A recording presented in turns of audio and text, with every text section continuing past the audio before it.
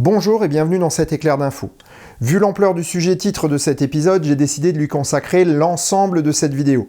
Au-delà de la simple attitude du président américain, nous allons faire un panorama de l'industrie automobile mondiale en se basant sur des chiffres concrets et l'éclairage sourcé d'experts reconnus comme Sandy Munro. Cette vidéo est un peu la mise en contexte d'une future vidéo que je publierai prochainement sur l'industrie automobile chinoise et son futur possible. Si vous ne voulez pas rater cet épisode et bien d'autres, le meilleur moyen est de s'abonner à la chaîne. Cliquez sur le bouton d'abonnement puis sur la cloche pour sélectionner toutes les notifications. Vous serez alors prévenu lors de la sortie des vidéos. C'est gratuit et ça aide au référencement de la chaîne. Merci beaucoup. Et maintenant, plongeons dans le passé, le présent et le futur du monde automobile. Générique.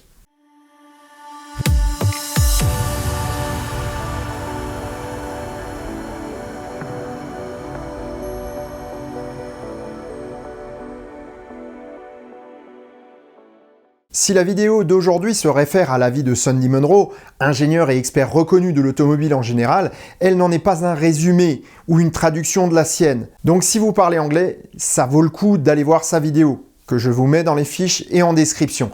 Elle est très fouillée et très documentée. Le 24 novembre dernier, Sandy sortait une vidéo en réaction aux déclarations du président américain Joe Biden qui, après avoir visité la Zero Factory de General Motors, a déclaré sans rougir que le Michigan, terre des 3 constructeurs automobiles américains historiques, était le leader mondial de la voiture électrique. Même si la déclaration présidentielle est totalement hors de la réalité, son déni du leadership de Tesla et de la montée en puissance des constructeurs chinois est tout à fait explicable. Si sa campagne a été en partie financée par Ford, qui en a récupéré bien de grandes contreparties, GM et Chrysler sont restés plus discrets sur le sujet, voire même secrets. Ce sont les syndicats de l'industrie américaine qui ont abondé fortement à la campagne du démocrate, syndicats travaillant main dans la main avec les constructeurs automobiles américains traditionnels et absents de chez Tesla. Cette absence est parfaitement compréhensible si l'on s'en réfère à l'histoire de l'usine de Fremont.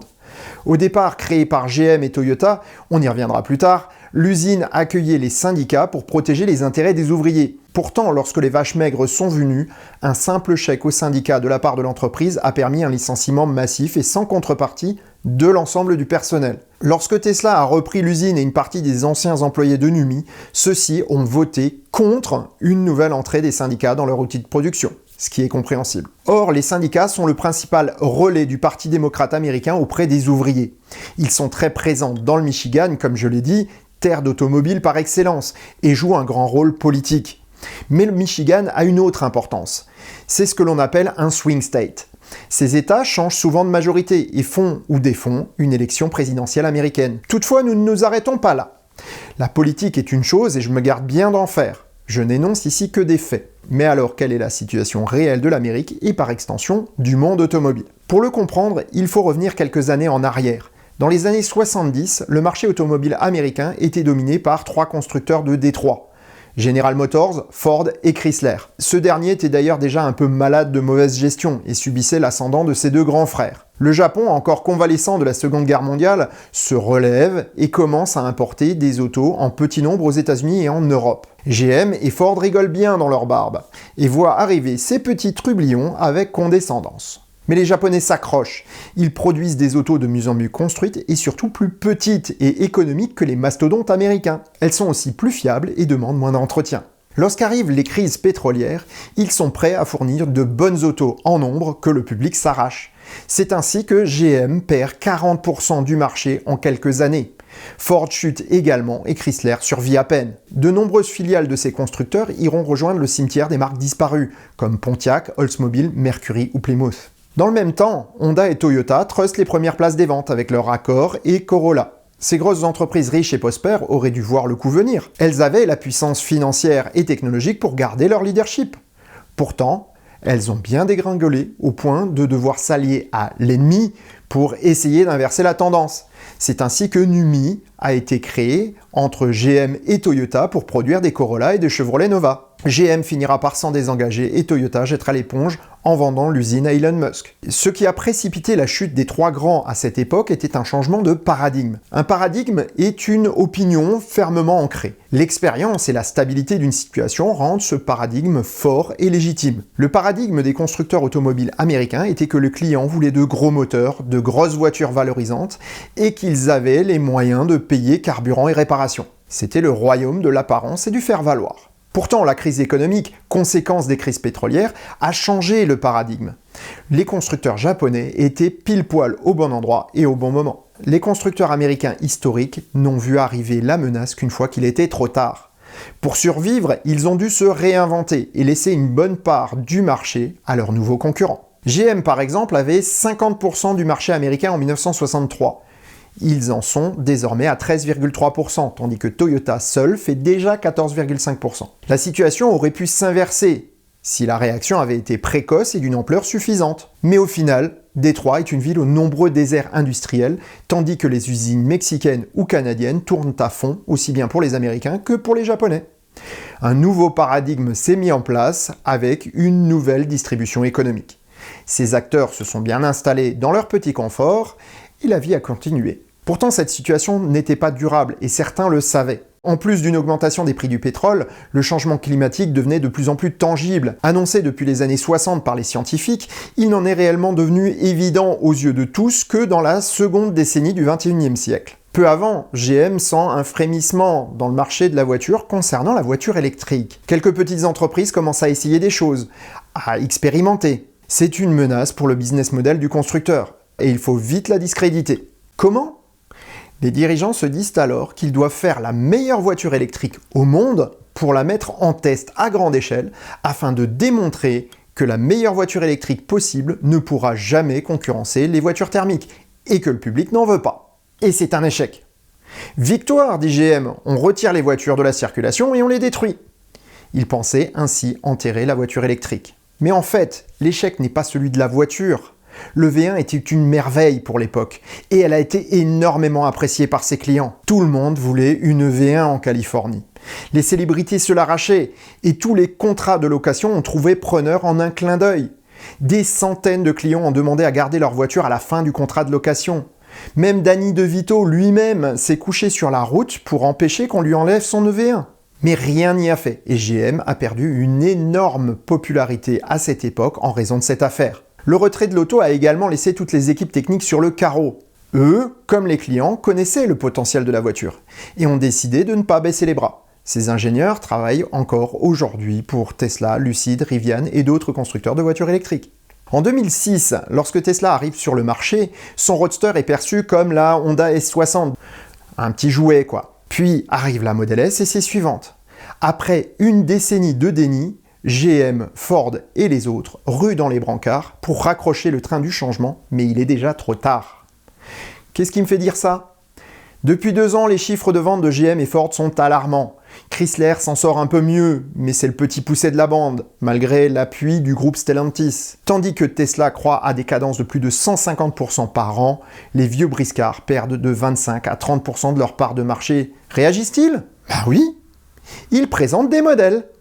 Chevrolet Bolt ou Hummer, Mustang Mach-E ou F-150 Lightning sont promis à de belles carrières. Enfin, selon les communicants des marques. Pourtant, sous des dehors chatoyants, ces nouvelles autos, au-delà de leur réelle qualité, ne sont pas des produits prévus pour l'avenir. Ils n'ont qu'une seule fonction, contrer la montée des voitures électriques pour mieux vendre des voitures thermiques. Pourquoi dis-je cela ? Eh bien, en raison des chiffres. Et on va parler chiffres. Lorsque vous achetez une voiture électrique, comment votre argent est-il utilisé par l'entreprise ? En premier lieu, il faut payer la fabrication. On paye les matériaux, les usines et les machines. Ensuite, il faut amortir les frais de conception, de recherche et développement. Puis, pour que l'auto arrive chez vous, le transport et les concessionnaires doivent être payés. Enfin, la publicité et la promotion sont également à la charge du client, comme une part du prix du produit. Une fois tout ceci payé, reste à couvrir les frais fixes du constructeur ainsi que les dividendes éventuels pour les actionnaires. Lorsque les ventes baissent, il est alors possible de couper dans les dépenses ou de réduire l'outil de production, voire de faire des économies. Mais il y a un poste de dépense qui est très compliqué à réduire, la dette. Toutes les entreprises industrielles sont endettées. Elles le sont par contre à différents degrés. Les intérêts de la dette sont un boulet pour le développement, mais l'apport en argent frais de ces emprunts permet un développement plus rapide. Comme pour tout, la dette est une bonne chose si on l'utilise avec parcimonie. À ce jour, GM cumule une dette de 110 milliards de dollars. 110 milliards ! C'est 5% du PIB français. C'est juste énorme. Bon, relativisons, diront les financiers. En fonction de la taille de l'entreprise, de son chiffre d'affaires et de ses possessions, ce n'est pas forcément beaucoup. En 1968, Edward Altman publie une formule destinée à prédire les faillites d'entreprises et qui tient compte de tous ces éléments. Il est professeur de finance à l'université de New York. Cette formule sera raffinée avec le temps, mais est toujours un indicateur extrêmement utilisé et réputé pour sa fiabilité. La formule tient compte du capital, des revenus de l'entreprise, de ses dettes ou des disponibilités en liquidité, etc., etc., etc. Si vous voulez en savoir plus, je vous ai mis des liens en description. Si le chiffre obtenu par la formule, le score Z, est supérieur à 2,99, l'entreprise est dans une zone extrêmement sûre. Apple, par exemple, a un score de 4,81, ce qui est très bon. Si le score est entre 1,23 et 2,99, elle se trouve dans la zone grise. En dessous de 1,48, les perspectives sont plutôt pessimistes et au-dessus plutôt optimistes. En dessous de 1,23, les risques de faillite sont importants à un terme de 2 ans. Voyons maintenant les scores Z de nos protagonistes. GM est à 1,32, donc à la limite de la zone dangereuse, tandis que Toyota s'en sort un peu mieux avec un score de 1,83. C'est toujours dans la zone grise, mais c'est bien mieux que Ford à 1,10 ou Stellantis à 1,18. Et le score de Tesla alors? Les short-sellers prédisent sa faillite en permanence, donc ça doit aller vraiment mal.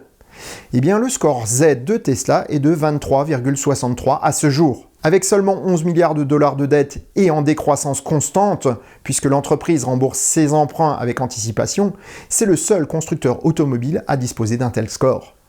Lorsque vous achetez une Tesla, votre argent ne sert pas majoritairement à payer les intérêts d'une dette colossale ou la publicité, pas plus qu'un réseau de concessionnaires. La marque peut alors investir dans son développement et dans la recherche. Elle prend ainsi de l'avance sans qu'aucun autre constructeur ne puisse suivre, puisqu'ils ont tous le boulet de la dette. Ford a 162 milliards de dollars de dette, Mercedes 181, Toyota 188, et enfin le recordman du monde, le groupe Volkswagen, avec 260 milliards de dollars à rembourser, 1/10 du PIB de la France, pour une seule entreprise. Dans de telles conditions, qui va investir son argent dans une entreprise qui engloutit ses bénéfices dans le paiement des intérêts plutôt que dans la pérennité? Pour ces constructeurs historiques, produire des voitures électriques implique qu'elles doivent être aussi rentables que les thermiques. Alors, ils font des autos chères, en utilisant ce qu'ils ont en rayon, tout en faisant quelques innovations pour donner le change. Elles transposent leur business model d'entretien et d'obsolescence programmée pour préserver leurs revenus et celui de leur réseau. Mais n'allez pas croire que c'est du pur mercantilisme, c'est de la survie pour eux.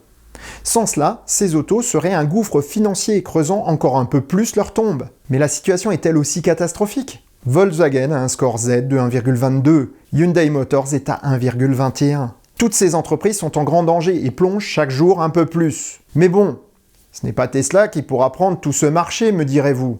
Il faudra bien quelqu'un pour produire toutes ces autos. En effet, si Tesla va continuer à croître rapidement, ce n'est pas l'entreprise californienne qui plantera tous les clous du cercueil de la voiture thermique. Great Wall Motors a un score Z de 3,95, NIO de 5,48, Li Auto de 9,62 et Xpeng de 13,11. Tous chinois. Si Tesla va mener la voiture électrique vers la première place mondiale, c'est bien la Chine qui en sera la cheville ouvrière. Mais de cela, j'en parlerai dans une prochaine vidéo. Mais alors, que va-t-il se passer pour tous ces constructeurs? Ils ne peuvent pas mourir, ils ne peuvent pas échouer, ils sont trop gros, ils emploient bien trop de gens. Ce serait une catastrophe. En effet, ce serait une réelle catastrophe. Mais ces entreprises ne disparaîtront pas toutes. Elles flétriront, seront dépouillées petit à petit de leur outil industriel et de leur indépendance, pour finir comme de minuscules entités n'ayant plus aucune prise sur le cours des choses. Elles se battront pourtant jusqu'au bout, dénigrant, faisant des coups bas, payant les politiques pour bénéficier des aides publiques et d'avantages concurrentiels. Elles feront ce qu'elles pensent devoir faire pour survivre parce qu'elles estiment ne pas avoir le choix. Il existe pourtant une porte de sortie pour elles, mais cela demanderait un très gros effort d'humilité. Tesla a toujours laissé ses brevets libres de droit, à condition de citer le brevet et la marque dans les produits qui en découlent. Est-ce que la position d'une mention « brevet Tesla » sur les autos serait un réel handicap pour leur vente? Je ne le pense pas. Mais lorsqu'on a dénigré et critiqué un concurrent, il est toujours compliqué de revenir en arrière avec la tête haute, à moins d'avouer qu'on s'est trompé. Ce que je trouve bien plus acceptable que de détruire toute une industrie par orgueil. Et sur ces bonnes paroles, je vous souhaite bonne route et vous dis à bientôt pour un prochain épisode du Choucroute Garage. Portez-vous bien.